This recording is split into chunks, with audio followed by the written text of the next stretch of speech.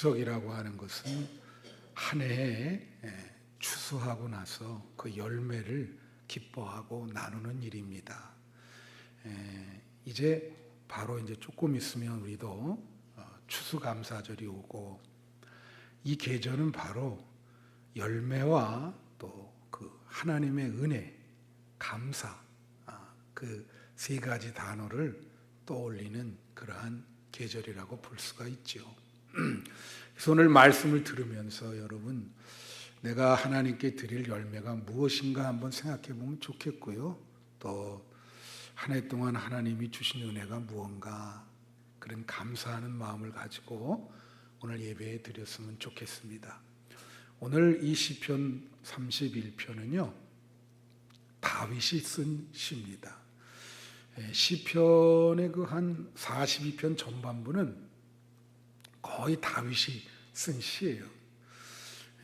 다윗이 시를 많이 썼지요, 기도문을. 근데 다윗은 여러분 알다시피 인생이 평탄한 사람은 아니었습니다. 비록 왕이었지만은 전반부에는 사울 왕에게 쫓겨다니느라고 그의 표현에 의하면 신발도 제대로 벗지 못하고 살았다, 그렇게 표현하고 있어요. 얼마나 힘들었겠습니까? 또 왕이 된 후에는 그 아들이 반란을 일으켜서 그 거의 아들에게 죽임을 당할 직전까지 갔다가 하나님의 은혜로 구원함을 받지요. 그리고 또 밧세바를 간음함으로 그것에 대한 큰 고통이 임했던 그러한 일생이었습니다. 그렇기 때문에 한순간도 마음의 편안함이 없었던 다윗이었어요. 그런데 이 다윗이 그 시편에 보면은 하나님의 은혜라, 그런 표현이 굉장히 많이 나옵니다. 그 말은 너무나 인생이 힘들었기 때문에 하나님의 도움 없이는 살아갈 수가 없었거든요. 그래서 다윗의 인생을 한마디로 표현하면 은혜에 젖어서 산 사람이다, 그렇게 표현할 수가 있어요. 여러분도 하나님의 은혜에 젖어서 사시는 여러분 되시기를 축원합니다. 우리가 은혜를 생각할 때 우리 교우들을, 신자들을 네 종류로 이렇게 분류할 수가 있습니다. 첫 번째는 뭐냐면, 교회는 다니는데 하나님의 은혜에 대해서 전혀 모르는 사람들이 있어요. 접해보지도 못했고 그냥 교회를 어떤 회사처럼 그냥 왔다 갔다 하는 거죠. 그런 사람은 정말 은혜에 대해서 문외한인데, 우리가 신앙생활을 하려면 하나님의 은혜를 받아야 됩니다. 그래야 거듭나게 되고 정말로 신앙의 현실성을 갖게 되거든요. 정말 신앙이 있다, 그런 표현을 할 수가 있죠. 근데 은혜를 못 받으면은 그냥 몸만 왔다 갔다 하면은 이게 참 뭐 어떻게 설명을 드려야 될까 어렵죠. 여러분 교회 다니면서 하나님의 은혜를 받는 여러분 되시기를 축원합니다. 둘째로는 은혜를 받지를 못하는데 은혜를 받는 것처럼 유장하는 분들이 있어요. 이게 바리새인들이 성경에 보면은 외식을 하거든요. 그래서 외식이라는 말이 그게 원어에 보면은 위장하다는 말이에요. 그래서 은혜를 받질 못하는데 받는 것처럼 유장을 하면은 이게 참 어렵습니다. 제가 어느 그 목회자 얘기를 들으면은 예를 하나 들겠습니다. 제가 잘 아는 분인데, 이 볼륨 조금 높여주세요.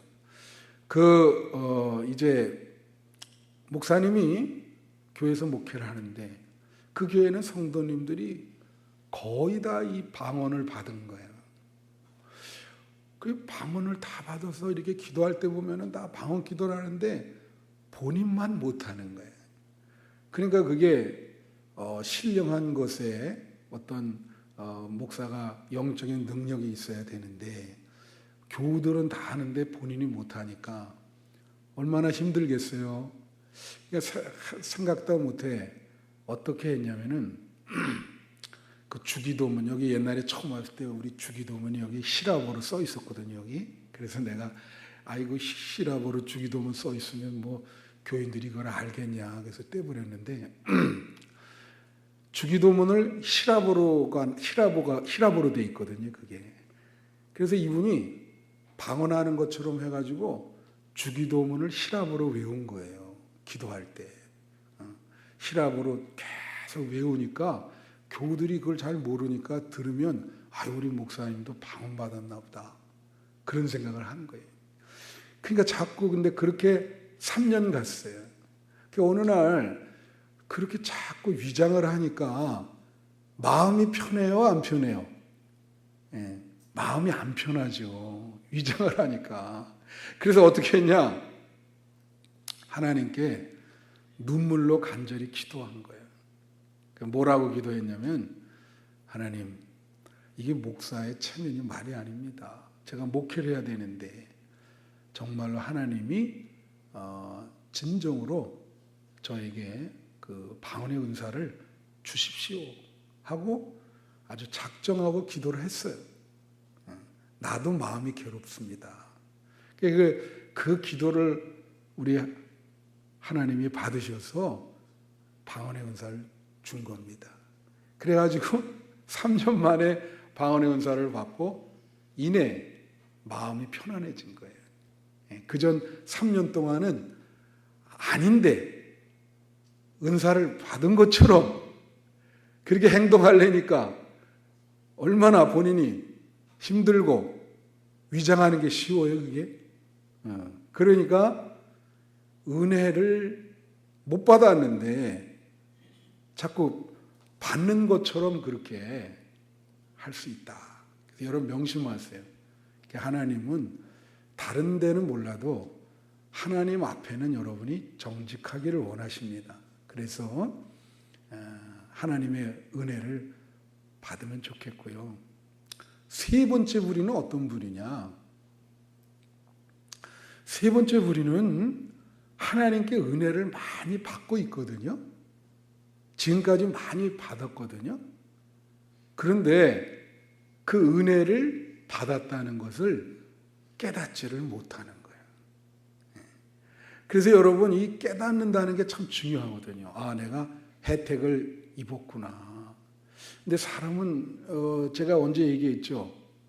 자기가 남에게 베푼 거는 돌에다 새기고 남에게 자기가 혜택을 받은 것은 물에다 새긴다. 그런 말이 있어요. 그러니까 자기가 받은 혜택은 쉽게 잊어버립니다. 그러나 내가 남에게 해준 거는 아마 죽을 때까지 기억할 거요. 내가 저 사람한테 이렇게 했는데, 그런 마음을 갖고 있거든요. 그런데 사실 자기도 받은 게 많거든요. 근데 그 깨달음이 안 되는 거예요. 하나님에 대해서도 마찬가지예요.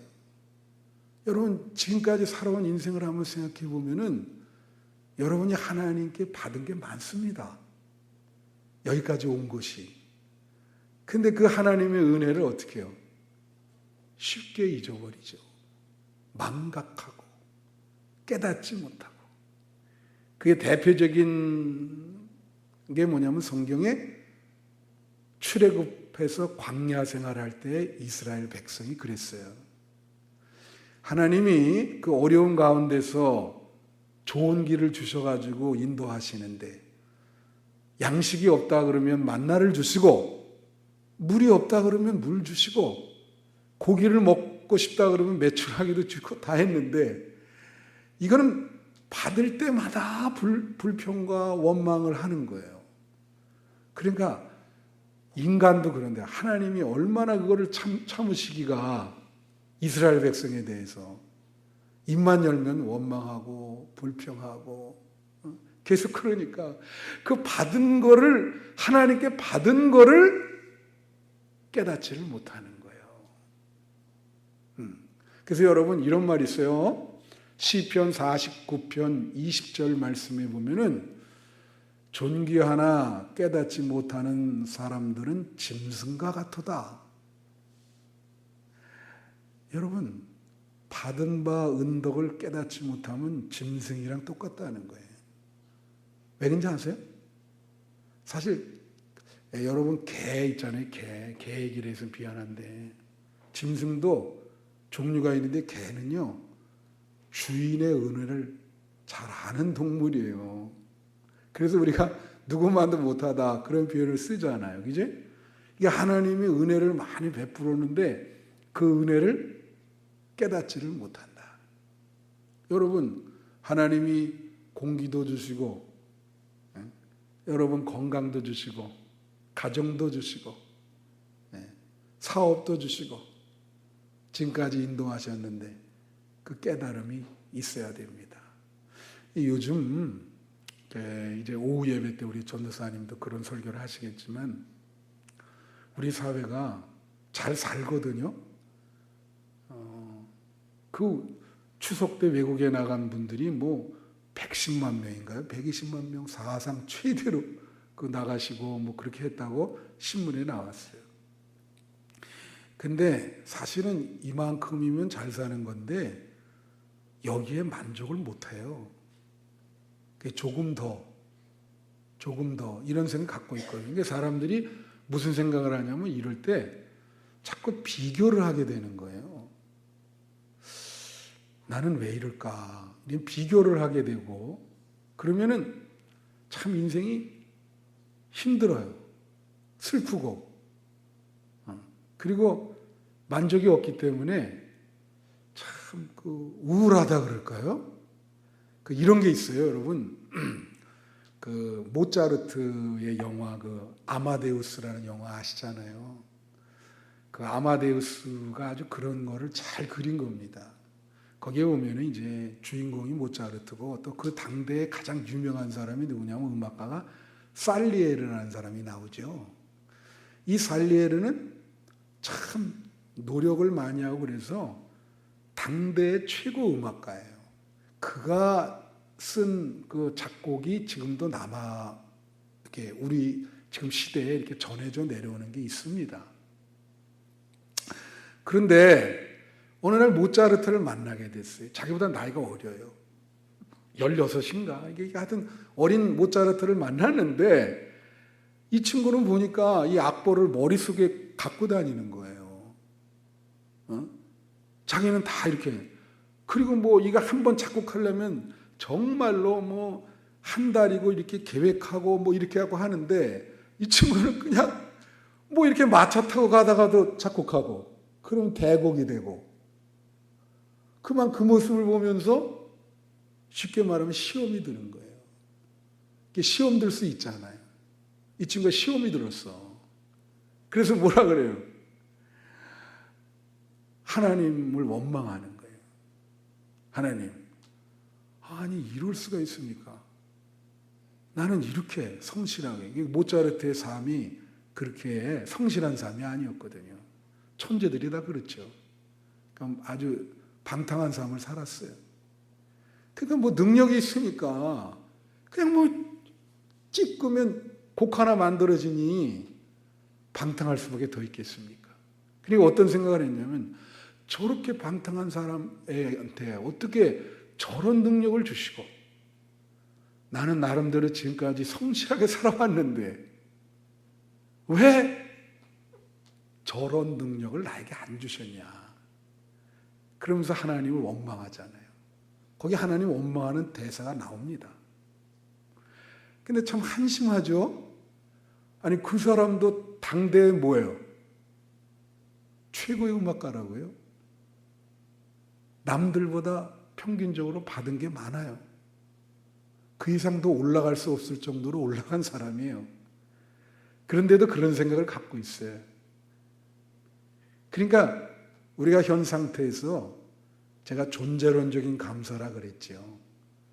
이 존재 자체를 지금 현 상황 자체를 하나님 앞에 감사하고 이것이 하나님의 은혜인 줄을 믿으시는 여러분 되시기를 축원합니다. 그래서 은혜는 깨달음이 있어야 되는데 은혜를 계속 받고 있는 중인데 그걸 모르면 안 되죠. 여러분, 하나님이 여러분에게 은혜를 계속 지금 베풀고 계십니다.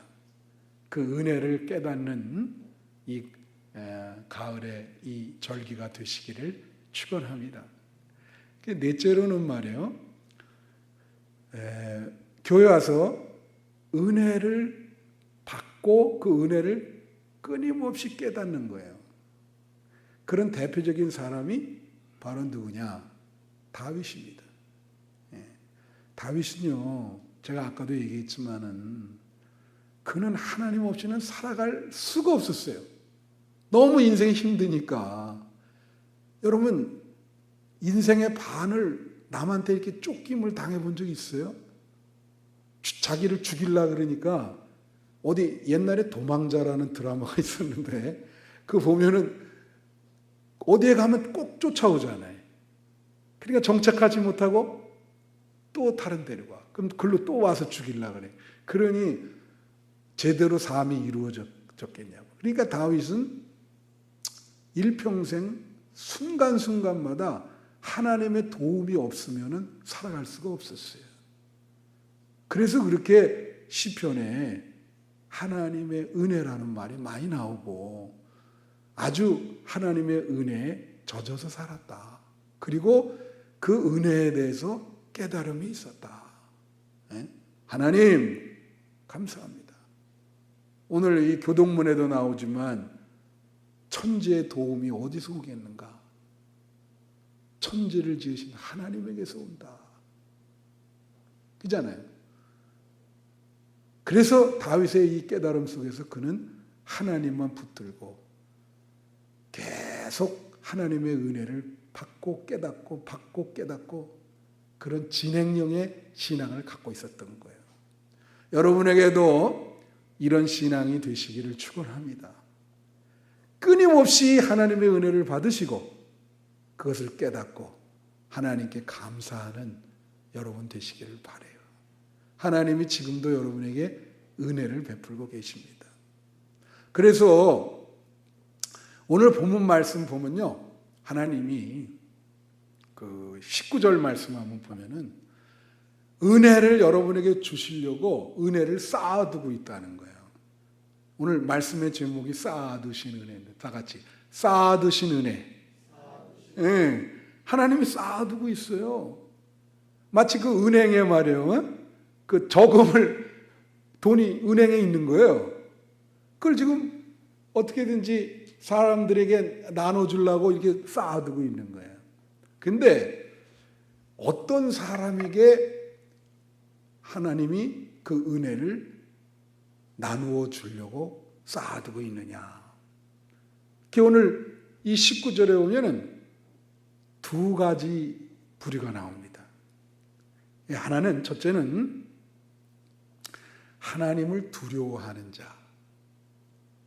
하나님을 두려워하는 자에게 하나님께서 어떻게 해요? 은혜를 지금 나누어 주려고 쌓아두고 있다는 거예요. 예. 여러분, 하나님을 두려워하십니까? 그 잠언서에 보면은 지혜의 근본은 여호와를 경외하는 것이다. 이 경외라고 하는 게 두려움이거든요. 두려움. 이 구약 성경에 보면 이런 표현들 많이 나와요. 예를 들면 출애굽기에 아기를 히브리 산파들로 시켜서 아기 낳으면 죽이라 그랬잖아요, 남자아이는. 근데 그 성경에 보면은 무슨 얘기가 나오냐면 이 히브리 산파들이 하나님이 두려워서 모세를 죽이지를 못하고 살리잖아요. 그때 표현이 하나님이 두려워서. 또 이드로라고 하는 그 모세의 장인이 모세가 일하는데 피곤해. 그래서 사람을 두어서 50부장, 1000부장, 100부장 뭐 이렇게 해서 행정 처리를 하라. 그럴 때 어떤 사람을 했으면 좋겠습니까? 그러니까 이드로가 말하기를 하나님을 두려워하는 사람을 택하라. 우리나라 여러분 대통령이야 대법원장, 행정직에 있는 사람, 국회의원, 공무원 많잖아요. 그 사람들이 다 하나님을 두려워하면 우리나라가 아마 크게 잘 될 것입니다. 그런 사람들이 다 하나님을 두려워해 보십시오. 그래서 칼빈이라는 사람이 이런 얘기했어요. 참된 경건은 하나님을 두려워하는 것이다. 근데 여러분, 사람은 말이에요, 두려워하는 게 있어요, 없어요? 제가 요즘에 그 폴 트루니에라고 하는 사람이 쓴 강자와 약자, 옛날에 읽었는데 요즘 한번 다시 읽는데, 인간은 말이에요, 다 두려워해요. 약한 면이 다 있어요. 근데 사람들이 이걸 감추려고 그럽니다. 사회가 딱 보면 이런 사회거든요. 이게 그런 두려움을 이렇게 표출을 하면 약한 모습을 보이게 되잖아요. 그런 사람을 잘 배려해주지, 그렇지 않아요. 더 그런 사람은 완전히 더 이 압박을 가하기 때문에, 그래서 그게 어려운 거예요. 그러니까 거기 그 책에 보면 뭐라고 나오냐면 이렇게 나와요. 진정한 강자는 누구냐? 자기 약한 모습을 인정해야 된다는 거죠. 나도 두려워한다. 그걸 인정할 때 진정한 강자가 된다는 거예요. 예? 바로 이거는 신앙을 얘기하는 거예요. 여러분, 우리가 하나님, 나는 두려워하는 것도 있고 약한 모습도 있습니다. 그걸 하나님 앞에서 인정할 때 하나님이 여러분에게 도움을 주시는 거예요. 그럴 때 진정한 강자가 되는 거예요. 이걸 믿으셔야 돼요. 그래서 쌓아두신 은혜를 누구를 주려고? 하나님을 두려워하는. 그러니까 영성이라고 하는 것은요, 늘 말하지만 영성에는 기본이 두 가지 의식이 있어야 돼요, 여러분. 자, 여러분에게 영성이 있다. 하나는 하나님을 두려워하는 의식.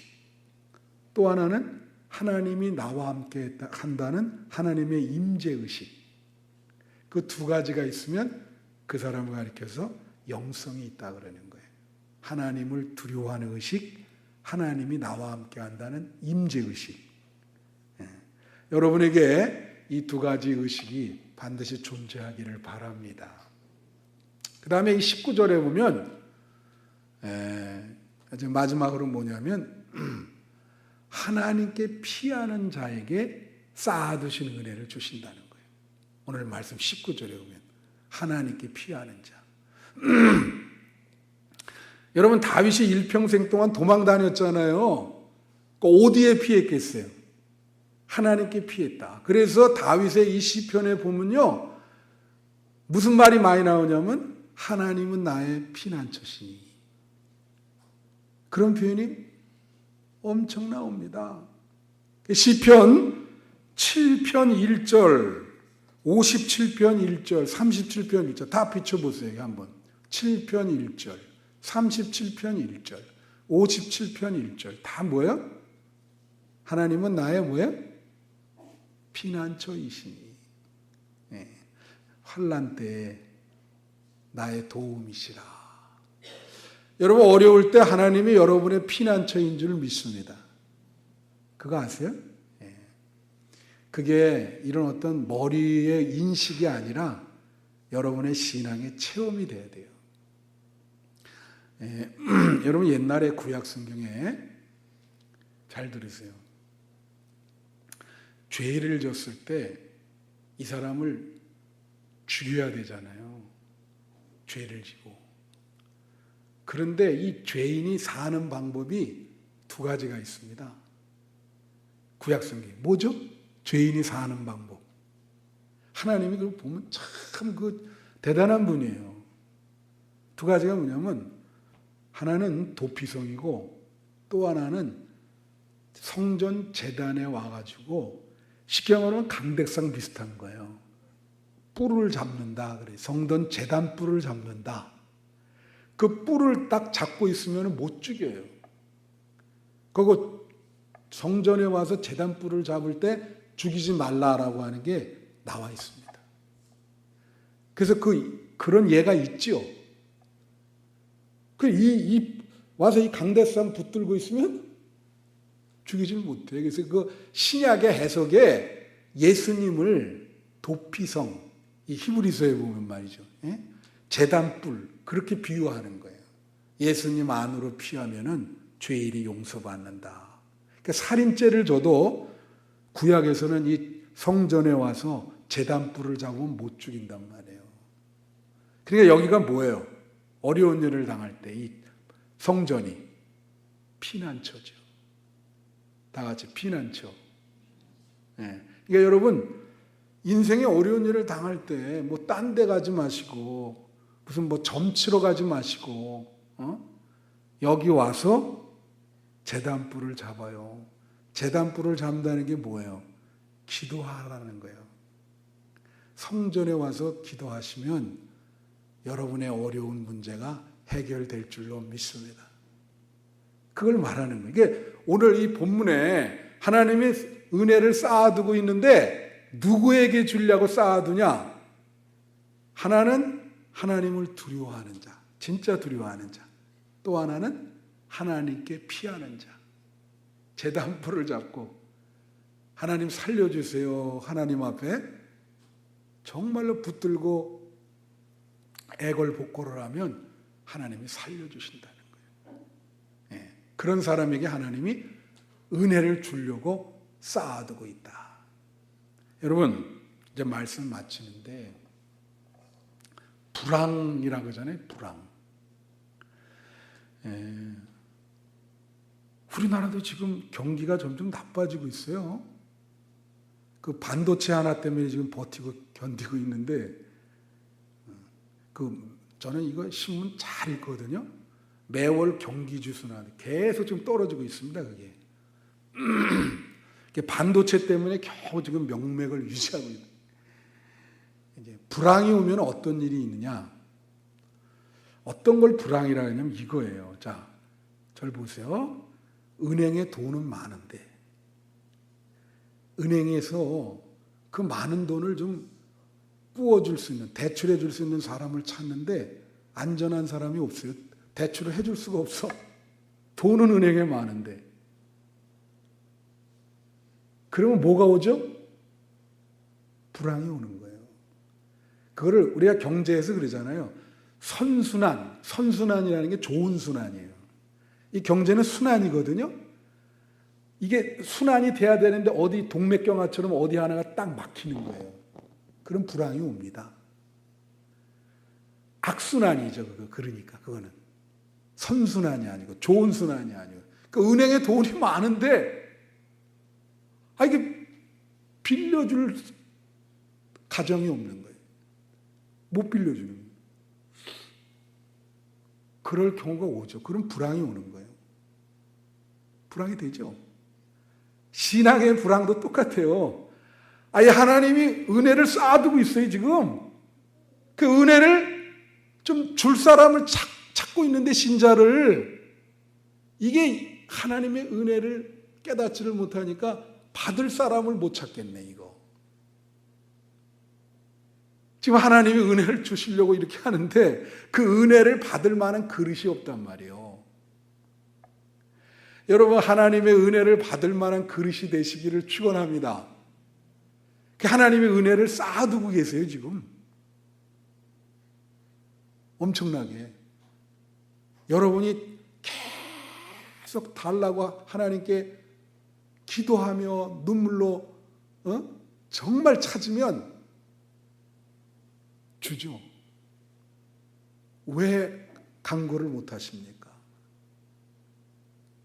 달라고 그러세요. 성경에도 있잖아요.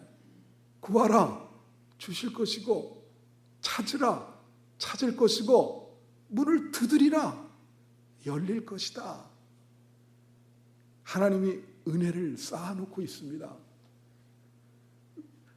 교회 와서는 은혜 받는 사람이 대장이요. 은혜를 받아야 돼요.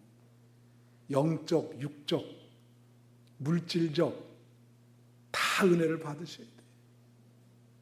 우리 한빛교회 성도님들 올해 남은 기간 동안 하나님의 은혜를 충만히 받는 여러분 되시기를 축원합니다. 우리 은혜 받게 해달라고 3분 동안만 기도하겠습니다.